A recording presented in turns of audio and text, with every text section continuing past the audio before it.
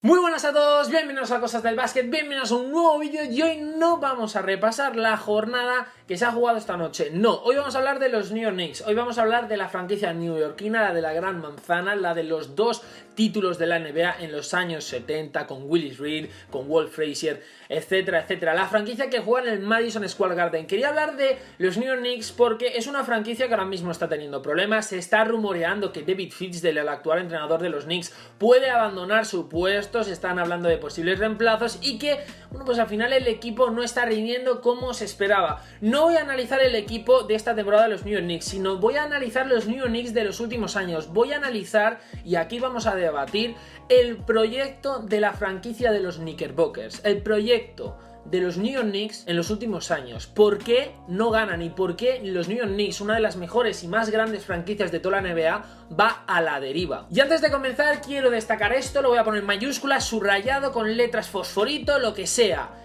Es mi opinión, ¿vale? Porque ya me imagino a ciertas personas diciendo, pero es que no tienen ni idea de baloncesto, es que no...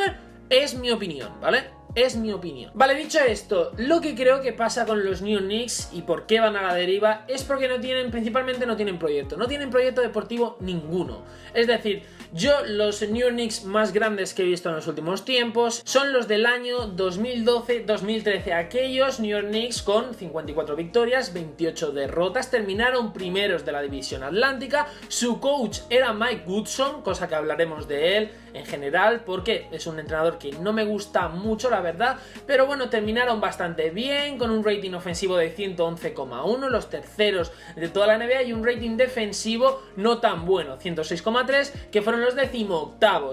Las victorias, derrotas que se esperaban en aquella temporada, 53-29, tenían un muy buen equipo y en los playoffs ganaron la primera ronda de los playoffs de la conferencia este contra Boston Celtics 4-2, unas series contra Boston. Aquí hay que destacar que Boston y New York, bueno, han sido dos franquicias muy enfrentadas a lo largo de la historia, es una gran rivalidad, así que empezaron bien, pero luego perdieron en las semifinales 2-4 contra Indiana Pacers. Unos muy buenos Indiana Pacers que hay que recordar, en ese año dieron muchos quebraderos de cabeza a Miami Heat, que por aquel entonces estaban mandando en la NBA y liderando. De hecho, ese año iba a ser el segundo anillo de LeBron y el segundo anillo, el back-to-back de Miami Heat, con Wade y Bosh también en el equipo, pero perdieron contra Indiana, un equipo con el que se podía perder porque estaban liderados por Paul George, por Roy Hibbert, Lance Stephenson, juego colectivo muy bueno, ataque-defensa de esos Pacers, y liderados por un buen entrenador como Frank Vogel. Pero la plantillaza que tenían los New York Knicks ese año era increíble.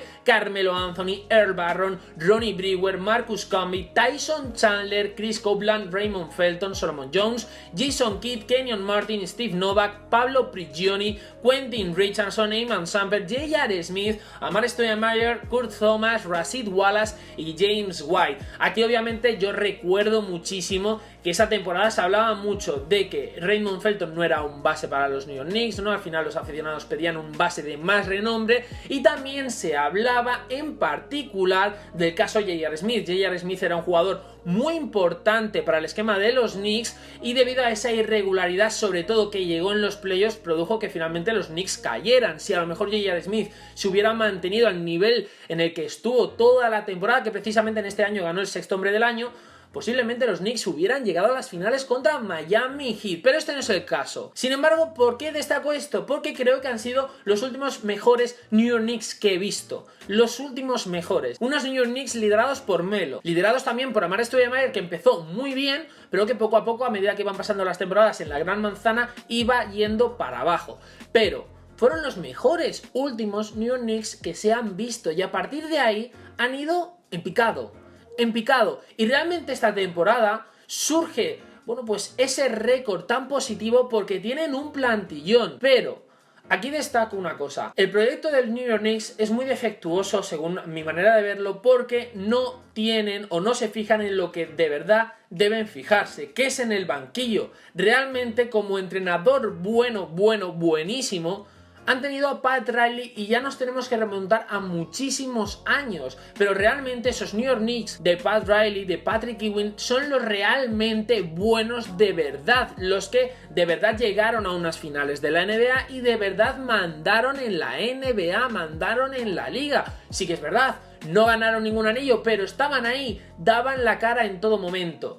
Estos New York Knicks últimos con Carmelo, con Stoudemire, sí que es verdad que, bueno, pues hacía soñar a los Knickerbockers de poder conseguir ese ansiado anillo, ese ansiado tercer anillo que llevan sin ganarlo desde los años 70, pero realmente este equipo en los banquillos no daba para más. Y sé realmente que post Pat Riley los New York Knicks ha tenido buenos entrenadores, por ejemplo han tenido a Mike D'Antoni, han tenido a Larry Brown, han tenido a Van Gundy, etcétera, etcétera, pero fijaos lo que hizo por ejemplo Pat Riley con los New York Knicks. En la temporada 90-91, la temporada antes de fichar a Pat Riley, los New York Knicks estuvieron entrenados por dos entrenadores, Stu Jackson, que duró prácticamente 15 partidos, 7 victorias, 8 derrotas, y luego por John McLeod con 32 victorias y 35 derrotas. Esa temporada acabaron con un global de 39 victorias, 43 derrotas, terminaron terceros de la división atlántica. Se clasificaron para playoffs, pero perdieron en la primera ronda 0-3 contra Chicago Bulls. Seguimos, temporada siguiente, 91-92, llega Pat Riley y el récord mejora a 51 victorias, 31 derrotas, segundos en la división atlántica. Ganan la primera ronda, que el año pasado,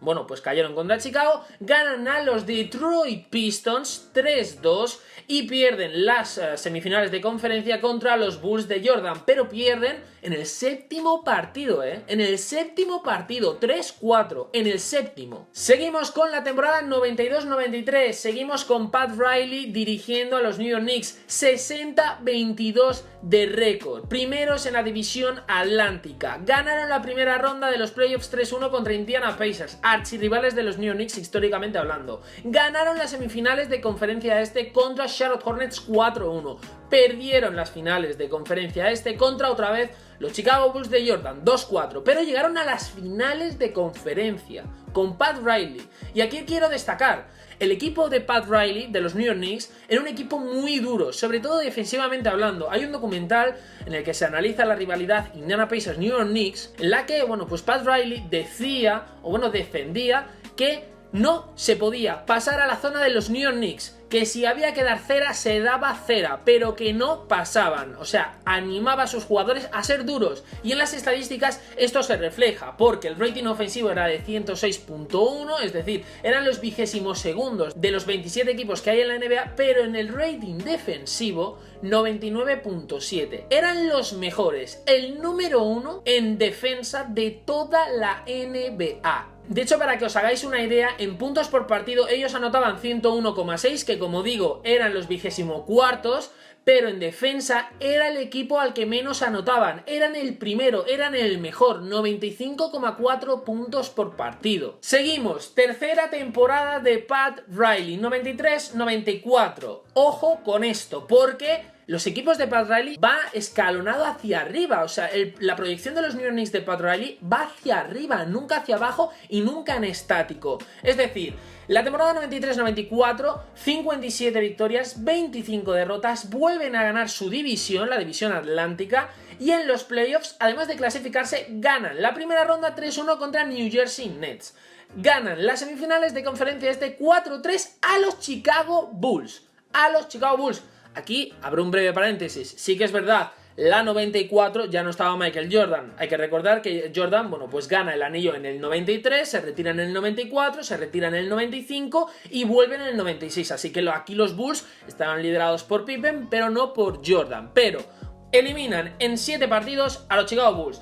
Ganan las finales de conferencia este ante Indiana Pacers 4-3, esos Indiana Pacers liderados por Reggie Miller, por Mark Jackson, etc. Y pierden las finales de la NBA, porque llegan a las finales, pierden las finales de la NBA 3-4 ante los Houston Rockets en el séptimo partido ante esos Rockets de Hakeem Olajuwon, unos Rockets que el año siguiente volverían a ganar el anillo, pero llegan a unas finales de la NBA una vez más, y como digo, la proyección de los New York Knicks de Pat Riley es escalonada hacia arriba, nunca se estanca ni nunca para abajo, por lo menos hasta este punto, porque obviamente el resultado de los playoffs en la siguiente temporada en la que vamos a ver, pues obviamente bueno, pues cae un poquito, no llegan a las finales, por lo que podemos decir que hay un descenso, pero hay un descenso en cuanto a los playoffs, porque el récord global es 55-27, acaban segundos en la división atlántica, ganan la primera ronda de playoffs ante Cleveland Cavaliers por 3-1 y pierden las semifinales contra Indiana Pacers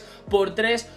Y después de esto, después de esta temporada, Pat Riley deja el banquillo de los Knicks y es liderado esta franquicia por Don Nelson y posteriormente por Jeff Van Gundy. Aquí quiero destacar, y otro paréntesis, durante el intervalo en el que está en el banquillo de los New York Knicks Pat Riley, los Knicks no bajan de 50 victorias. O sea, el número más bajo de victorias que tienen los Knicks de Pat Riley son 51 en temporada regular.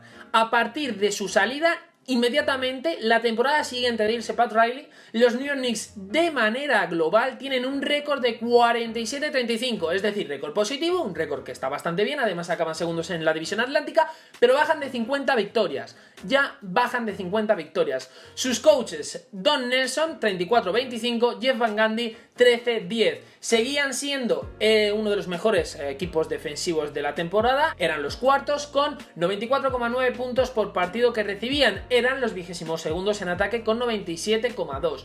En playoffs, primera ronda, ganaron fácil a Cleveland Cavaliers 3-0, perdieron contra los Chicago Bulls ya de Michael Jordan por 1-4. ¿Qué quiero destacar con esto? Realmente con Pat Riley y con Van Gundy, etcétera, con un buen head coach, con un buen entrenador, con una buena cara en el banquillo, tienes un proyecto, tienes algo más. No tienes simplemente buenos jugadores, porque prácticamente los New York Knicks sin Pat Riley, yo estoy seguro que no hubieran llegado, por ejemplo, a esas finales contra Houston Rockets, porque Pat Riley sabía llevar a sus jugadores al éxito, sabía extraer el 100%, y para mí, los actuales New York Knicks no lo tienen. Es decir, sí, es verdad, los New York Knicks, por ejemplo, están liderados por David Fizdale, pero es que si analizamos a David Fizdale es un personaje en la NBA que tiene mucha fama, tiene mucha reputación, pero realmente era el segundo de Eric Spoelstra en Miami Heat, unos Miami Heat liderados por LeBron James, Chris Bosh y Wade, que ganan 2 anillos y pierden otros 2 contra Dallas y contra San Antonio Spurs. Pero realmente como entrenador tampoco es que ha tenido muchos éxitos, tampoco es que ha contrastado nada. O sea, si fijamos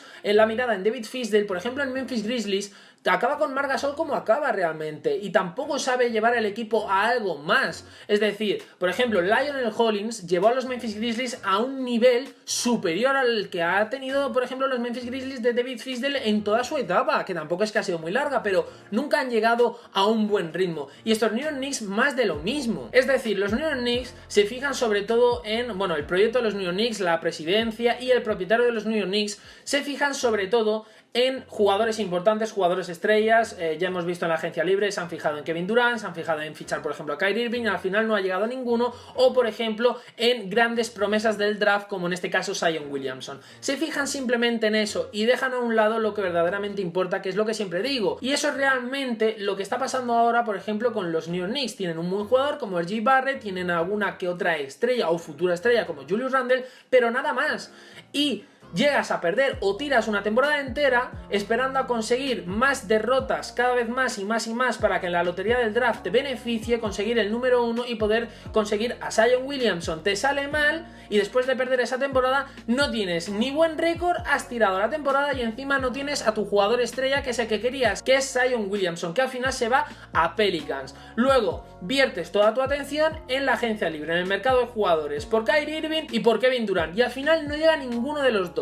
Entonces al final te encuentras con que has tirado temporadas simplemente por conseguir jugadores, bueno, pueden ser buenos o no, pero arriesgas todo por ellos y al final te quedas sin nada, te quedas como estás, incluso peor. Y es la sensación que me da, la sensación que tengo ahora mismo con los New York Knicks, es que, por ejemplo, con el caso Zion Williamson, es que esperan un nuevo Jordan que llegue a la NBA, que les toque a ellos como les tocó a los Chicago Bulls y que a partir de ahí se pueda construir un nuevo proyecto y te lleve a conseguir anillos y anillos y anillos en la franquicia. Están esperando al nuevo Jordan, están esperando al nuevo LeBron, al nuevo Magic Johnson, al nuevo Larry Bird, ese jugador rookie que le dé la vuelta a la balanza, que le dé la vuelta a la franquicia y que la convierta en exitosa. Y eso es muy difícil que ocurra, pero es la sensación que dan. Es decir, desde esos New York Knicks de 2012 liderados por Carmelo Anthony, los New York Knicks no han hecho nada, han ido ido para abajo. Han tenido un líder como Kristaps Porzingis que realmente no ha ido a más, se ha ido a Dallas Mavericks, has perdido a tu jugador franquicia en ese momento como era Porzingis, esperando,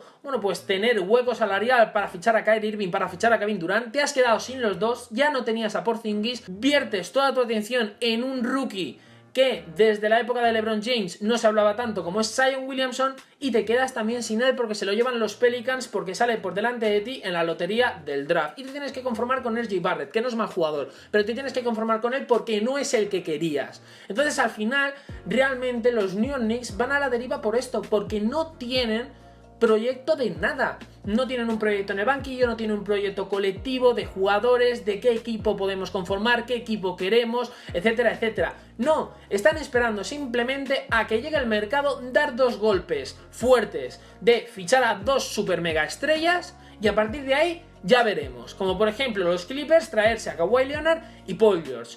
Es eso, o los, por ejemplo, Brooklyn Nets con Kyrie Irving y Kevin Durant, que es precisamente lo que querían este año en los New York Knicks, traerse dos estrellas y a partir de ahí construir. Sin más, y ya para terminar, simplemente es esto, o sea, si dudáis, por ejemplo, yo tengo la sensación de que los New York Knicks están buscando a ese Patrick Ewing, que llegó a los New York Knicks, se convirtió en la cara neoyorquina de la franquicia, y llegaron con él a unas finales, pero no era por Patrick Ewing ni por John Starks, no era por eso, era porque en el equipo estaba un entrenador que es uno de los mejores entrenadores de la historia, que es Pat Riley. No era por Patrick Ewing, que obviamente también Patrick Ewing, bueno, pues influenciaba en el equipo, tenía su peso, obviamente hay que tener buenos jugadores, pero en el caso de los Bulls no solo ganan por Michael Jordan 6 anillos, ganan por Michael Jordan, Scottie Pippen, Dennis Rodman, Tony Kukoc, pero además sobre todo porque tenían al mejor entrenador de todos los tiempos, para mí, que es Phil Jackson. San Antonio Spurs ganó con David Robinson, ganó por ejemplo con Tim Duncan, con Tony Parker, Manu Ginobili, pero en el banquillo estaba Greg Popovich. Los Lakers de Magic Johnson, Kareem Abdul-Jabbar, James Worthy, podemos seguir así años y años y años. En el banquillo tenían a Pat Riley y ganaron con Pat Riley, y es así. El banquillo es muy importante y sobre todo en la NBA. Y un equipo, ese equipo cuando verdaderamente tienen un entrenador. Y si no existe el entrenador, no van a llegar a éxito. Patrick Ewing era muy importante, pero había entrenador. Y están esperando eso, un nuevo Patrick Ewing, un nuevo Willis Reed, un nuevo Walt Frazier, que les lidera la franquicia y que les lleve a todo, al máximo éxito. Pero repito, sin entrenador no hay éxito, no hay proyecto y no hay franquicia que valga. Y esto es así. Así que dicho esto, espero que os haya gustado el vídeo. Si os ha gustado, darle like, suscribiros, comentarme qué os ha parecido mi opinión acerca de la situación actual de los New York Knicks, si estáis de acuerdo conmigo o no. Yo os espero en próximos vídeos aquí en Cosas del Básquet. Adiós.